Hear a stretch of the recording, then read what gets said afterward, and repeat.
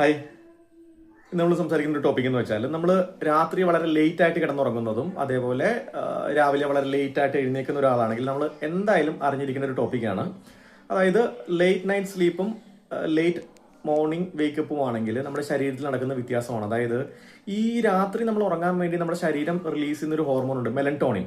അപ്പോൾ നമ്മൾ രാത്രി ഉറങ്ങാതെ എന്തെങ്കിലും കാര്യങ്ങൾ, ഇപ്പോൾ ഒരുപക്ഷെ ഇന്നത്തെ കാലത്ത് കൂടുതൽ ആളുകൾ സോഷ്യൽ മീഡിയ അല്ലെങ്കിൽ ഡിജിറ്റൽ പ്ലാറ്റ്ഫോം ഒക്കെ യൂസ് ചെയ്ത് ഫോണൊക്കെ യൂസ് ചെയ്യുന്ന ടൈമാണ്.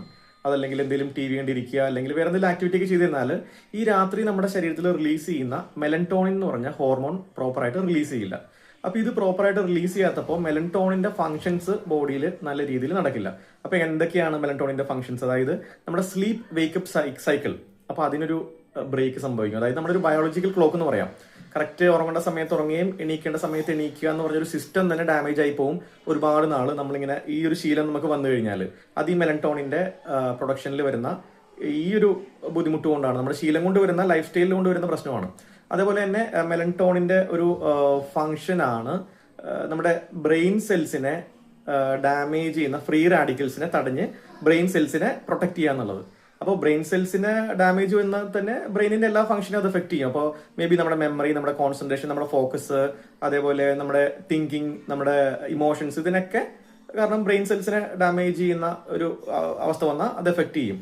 അപ്പൊ മെലൻടോണിൻ ആണ് ബ്രെയിൻ സെൽസിനെ ഈ ഫ്രീ റാഡിക്കൽസിൽ നിന്ന് പ്രൊട്ടക്ട് ചെയ്യുന്നത്. അപ്പൊ ആ ഒരു ഫംഗ്ഷൻ അവിടെ നഷ്ടപ്പെട്ടു പോകും. അതേപോലെ തന്നെ നമ്മുടെ ബ്രെയിൻ മീൻസ് നമ്മുടെ ബോഡിയിലെ ആന്റി ഓക്സിഡൻസിന്റെ റിലീസ് ഈ മെലൻടോണിനായിട്ട് ബന്ധപ്പെട്ടാണ്. അപ്പൊ ആ ഒരു ഫംഗ്ഷൻ അവിടെ മര്യാദക്ക് നടക്കില്ല.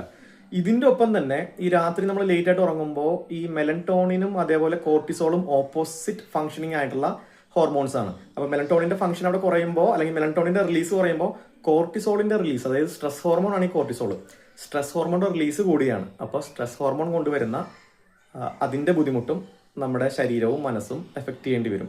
അപ്പോൾ സ്ട്രെസ് ഹോർമോണിന്റെ ബുദ്ധിമുട്ട് എന്ന് പറഞ്ഞാൽ നമുക്ക് കൂടുതൽ സ്ട്രെസ് ഫീൽ ചെയ്യും, നമുക്ക് ശരീരത്തിനും മനസ്സിനും ഒരു ഉന്മേഷം ഉണ്ടാവില്ല, നമ്മുടെ എനർജി ലോസ് പോലെ തോന്നും, വൈറ്റാലിറ്റി നമുക്ക് ലോസ്, ഒരു ഉന്മേഷം ഉണ്ടാവില്ല.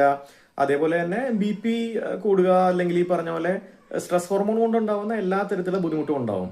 അപ്പൊ അതുകൊണ്ട് ഈ ഒരു ചേഞ്ച് നമ്മൾ മനസ്സിലാക്കി കഴിഞ്ഞില്ല. കാരണം രാത്രി ലേറ്റ് ആയിട്ട് ഉറങ്ങുകയും രാവിലെ ലേറ്റ് ആയിട്ട് എണീക്കുകയും ചെയ്താൽ വരുന്ന ഈ ഒരു ഹാബിറ്റ് നമ്മുടെ ബോഡീനെ, മനസ്സിനെ എങ്ങനെയാണ് എഫക്ട് ചെയ്യുന്നത് ശരിക്കും പഠിച്ചു കഴിഞ്ഞാൽ നമുക്ക് മനസ്സിലാവും early to bed and early to morning is the right habit for the both mental and physical health.